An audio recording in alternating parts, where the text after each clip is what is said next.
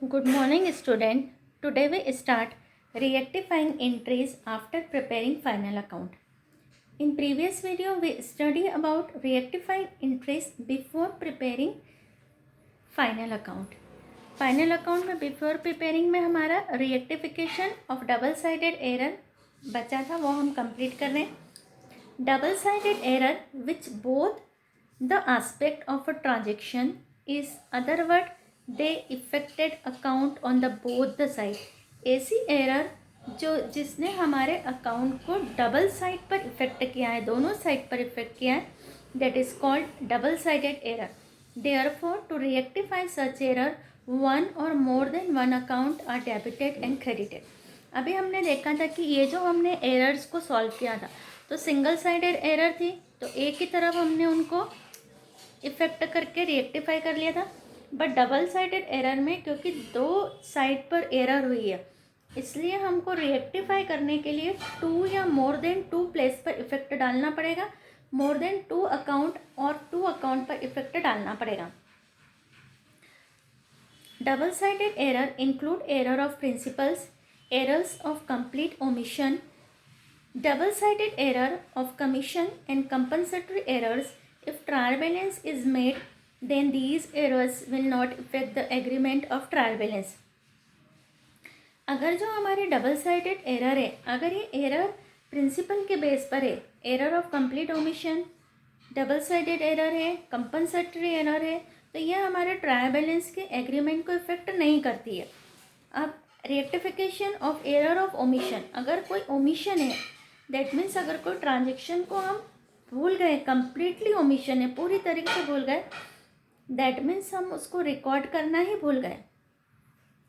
Such errors are rectified by passing the same in general entries as would have been passed at the time of recording the transaction is first place. तो हमको same to same वही entry देना है जब वो transaction होता है और हम उसको रिकॉर्ड करते हैं. जैसे क्रेडिट परचेस किया हमने राम से, तो purchase account debit to Ram is a simple journal entry. If अगर we complete omission this entry, then the rectify entry is same, purchase account debit to Ram. Second, rectification of errors of principal. Such errors are rectified by passing of a general entry in which the wrong account is put the opposite side and correct account is put on its correct side. अगर हमने कोई wrong account उसके opposite side पर लिख दिए, कोई correct account में put करिए करेक्ट साइड पर. रिएक्टिफिकेशन ऑफ कंपनसेटिंग एरर्स, ऐसी एरर जिसका कोई कंपनसेट हो गया. अगर हमने किसी अकाउंट को 50 इंक्रीज़ कर दिया तो किसी को 50 डिक्रीज़ कर दिया, तो हमारी कंपनसेटिंग एरर हो गई, बट हमको ये एरर सुधारना पड़ेगी.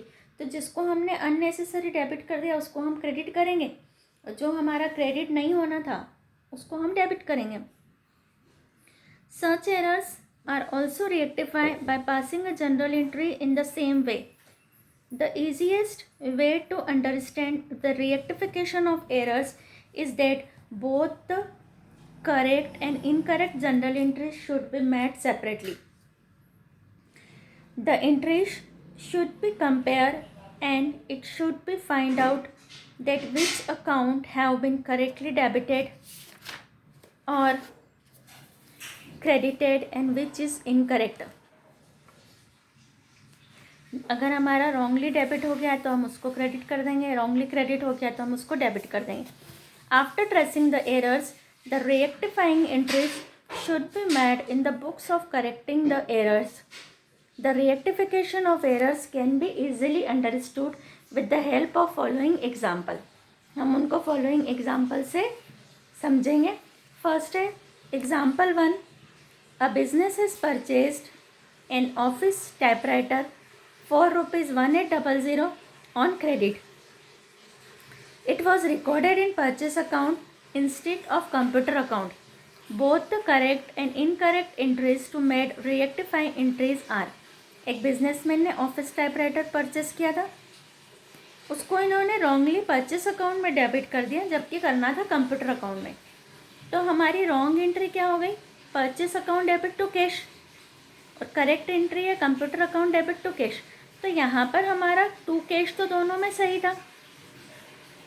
मिस्टेक क्या हुई कि परचेस अकाउंट डेबिट हो गया अननेसेसरी, तो इसको हम क्रेडिट कर देंगे रिएक्टिफाई में।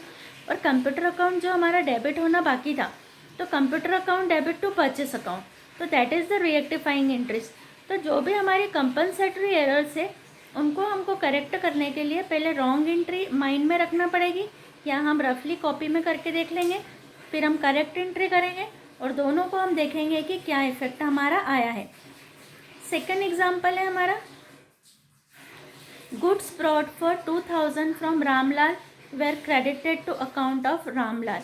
देखो, रमन लाल को रामलाल हमने कर दिया, तो हमारी एंट्री क्या हो गई, purchase account debit to Ramlal. ये रॉन्ग है, होना क्या थी, purchase account debit to Raman Lal. अब यहाँ पर रॉन्ग में रामलाल मिस्टेक से क्रेडिट हो गया है, तो इसको हम डेबिट करेंगे, रामलाल डेबिट टू रमन लाल। तो इस तरीके से रॉन्ग एंट्री और करेक्ट एंट्री करके हम रिएक्टिफाई एंट्री करेंगे। Another illustration is illustration number 4. The following errors were detected in the account of Messrs. Jeevan Ram and Sons for the year ending on 31st December.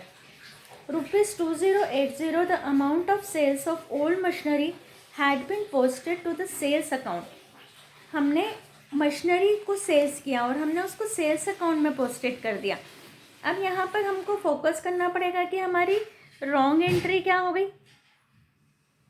हमारी entry यहाँ पर हो गई, हमने सेल्स किया है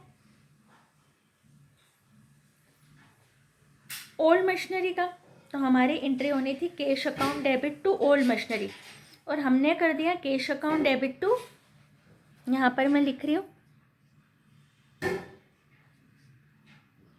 cash account debit to sales account. ये हमारी रॉन्ग एंट्री, और हमारी राइट एंट्री होना थी cash account debit to old machinery, only machinery account भी हम लिख सकते हैं।